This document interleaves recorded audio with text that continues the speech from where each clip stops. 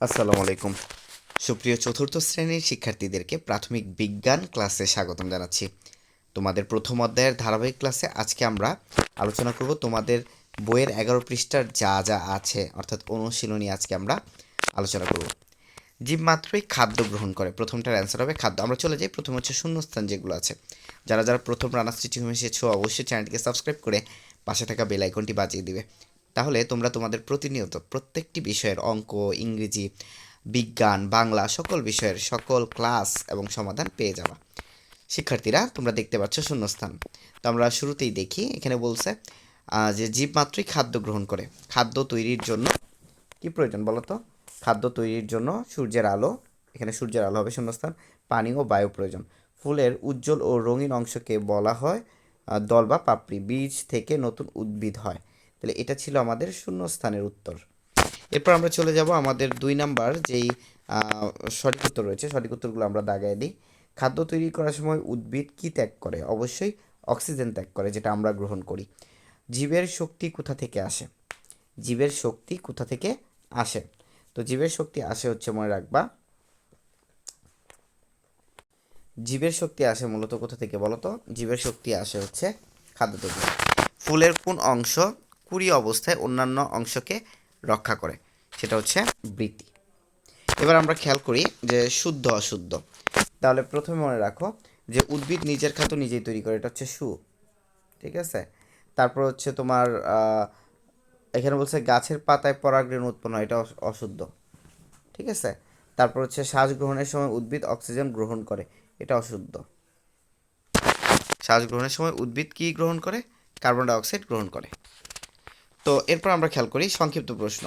উদ্ভিদের কোন অংশে বীজ থাকে? উদ্ভিদের ফলের অংশে বীজ থাকে, তাহলে লিখবা উদ্ভিদের ফলের অংশে বীজ থাকে। তারপর হচ্ছে বীজ থেকে চারা গাছ জন্মাতে কি কি প্রয়োজন? বীজ থেকে চারা গাছ জন্মাতে পরিবেশের তাপ, আলো, বাতাস ও পানি প্রয়োজন। ঠিক আছে। সো এটা গেল ছোট প্রশ্ন। হ্যাঁ, এরপর আমাদের এখানে বড় প্রশ্ন বলছে ফুলের বিভিন্ন অংশের কাজ চিত্র সহ বর্ণনা করো। তাহলে আমরা ফুলের বিভিন্ন অংশের কাজ চিত্র সহ বর্ণনা করব। সো আমরা এই যে দেখো ফার্স্টে চিত্র আঁকবো ফুলের বিভিন্ন অংশে। তাহলে ফুলের বিভিন্ন অংশ আমরা, এটা হচ্ছে তোমার ক নাম্বার। ঠিক আছে, বড় প্রশ্ন ক। তো ফুলের বিভিন্ন অংশের চিত্রটা আঁকবা। তোমরা বইয়ের যে পৃষ্ঠাটা আছে এটা পুরাটা, এটা উত্তর হবে। ফুলের বিভিন্ন অংশ 5 পৃষ্ঠার পুরাটাই এখানে প্রথমটার উত্তর হবে। তো আমরা ফুলের বিভিন্ন অংশের ভিতরে বৃতি দেখতেছি। বৃতির কাজ লিখবো। বৃতি সাধারণত সবুজ, দেখতে অনেকটা পাতার মতো। এটি ফুলের সবচেয়ে বাইরের অংশ, কুড়ি অবস্থায়। হ্যাঁ, এটা অবস্থায় হবে। বৃতি ফুলের অন্যান্য অংশকে রোদ, বৃষ্টি ও পোকামাকড় থেকে রক্ষা করে। দলমণ্ডল, বাইরে থেকে ভিতরের দিকে ফুলের দ্বিতীয় উজ্জ্বল ও রঙিন অংশ হলো দল বা পাপড়ি।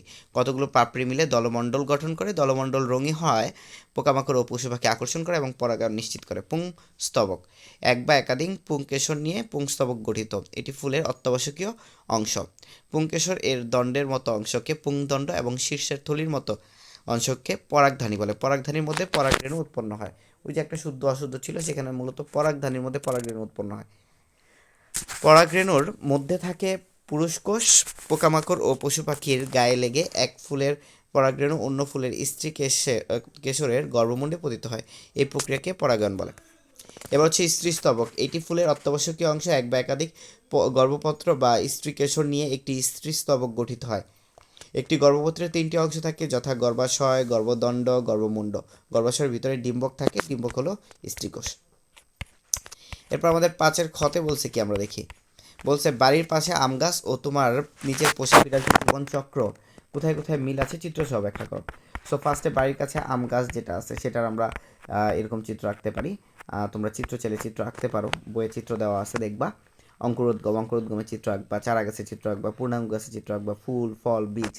এটা হচ্ছে সপুষ্পক উদ্ভিদের জীবনচক্র। এটা সম্পর্কে 2-4টা ব্যাখ্যা করে দিবা যে সপুষ্পক উদ্ভিদ কোথা থেকে কোথায় যায় আর কি।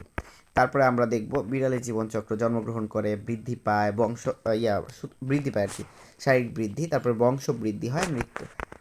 এখন আমরা দেখো জন্ম থেকে মৃত্যু পর্যন্ত সকল জীব একটি নির্দিষ্ট জীবনচক্র অতিক্রম করে। এটা হচ্ছে একটা অংশ, মানে এটা হচ্ছে বিড়ালের জীবনচক্রের আমরা ব্যাখ্যাটা লিখলাম। এবার এদের জীবনচক্রের মিলগুলো ছকে উপস্থাপন করলো। এবার ছকে উপস্থাপন করে দিই। তাহলে আমাদের ফার্স্টের ছকে আমরা লিখবো জীবনচক্রের পর্যায়। আম গাছ উদ্ভিদ আর পোষা বিড়াল হচ্ছে প্রাণী। মূল কথা হচ্ছে উদ্ভিদ ও প্রাণীর জীবনচক্রের মধ্যে তুলনা করতে বলছে। জন্ম বা শুরু, আম গাছ বীজ থেকে চারা হিসেবে জন্ম নেয়। বিড়াল তার মায়ের পেট থেকে শাবক হিসেবে জন্ম নেয়। বৃদ্ধি, চারা গাছটি পানি, বাতাস ও সূর্যের আলো ব্যবহার করে ধীরে ধীরে বৃদ্ধি হয়। বিড়াল ছানাটি মায়ের দুধ ও পরে অন্যান্য খাবার খেয়ে আকারে বড় হয়। প্রজনন মানে বংশ বিস্তার আর কি। আম গাছটি পূর্ণাঙ্গ হলে ফুল ও ফল দেয় এবং বীজের মাধ্যমে নতুন বংশ বৃদ্ধি করে। বিড়ালটি বড় হয়ে পুনরায় বাচ্চা দেওয়ার মাধ্যমে নিজের বংশবৃদ্ধি করে। আর লাস্টেরটা হচ্ছে কি মৃত্যু। একটি নির্দিষ্ট সময় পর বা বয়স হলে আম গাছটি মারা যায়, আর নির্দিষ্ট আয়ু শেষে বিড়ালটিও মৃত্যুবরণ করে। এই ছিল আমাদের 11 পৃষ্ঠার যা যা ছিল তা পূর্ণাঙ্গ। তোমরা যদি অবশ্যই পরবর্তী ক্লাসগুলো পেতে চাও তাহলে অবশ্যই চ্যানেলটিকে সাবস্ক্রাইব করে পাশে থাকা বেল আইকনটি বাজিয়ে দিবে। আল্লাহ হাফেজ।